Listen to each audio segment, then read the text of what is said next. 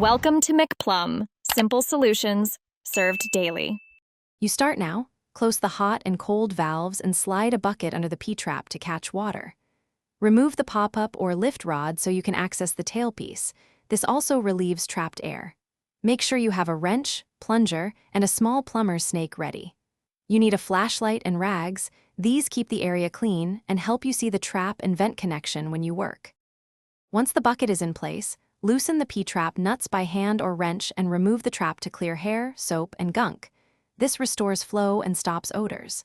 If the sink still drains slowly, feed a 3/8 to 1/2 hand auger down the tailpiece and into the vent branch to break compacted debris.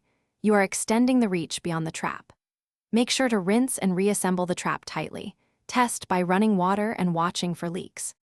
Reinstall the P-trap using fresh washers when worn, and tighten nuts hand-tight plus a small quarter turn to avoid crushing plastic.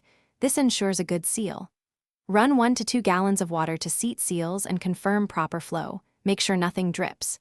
If you still hear gurgling or the drain remains slow, the problem may be a blocked roof vent. Try clearing it safely or call a plumber.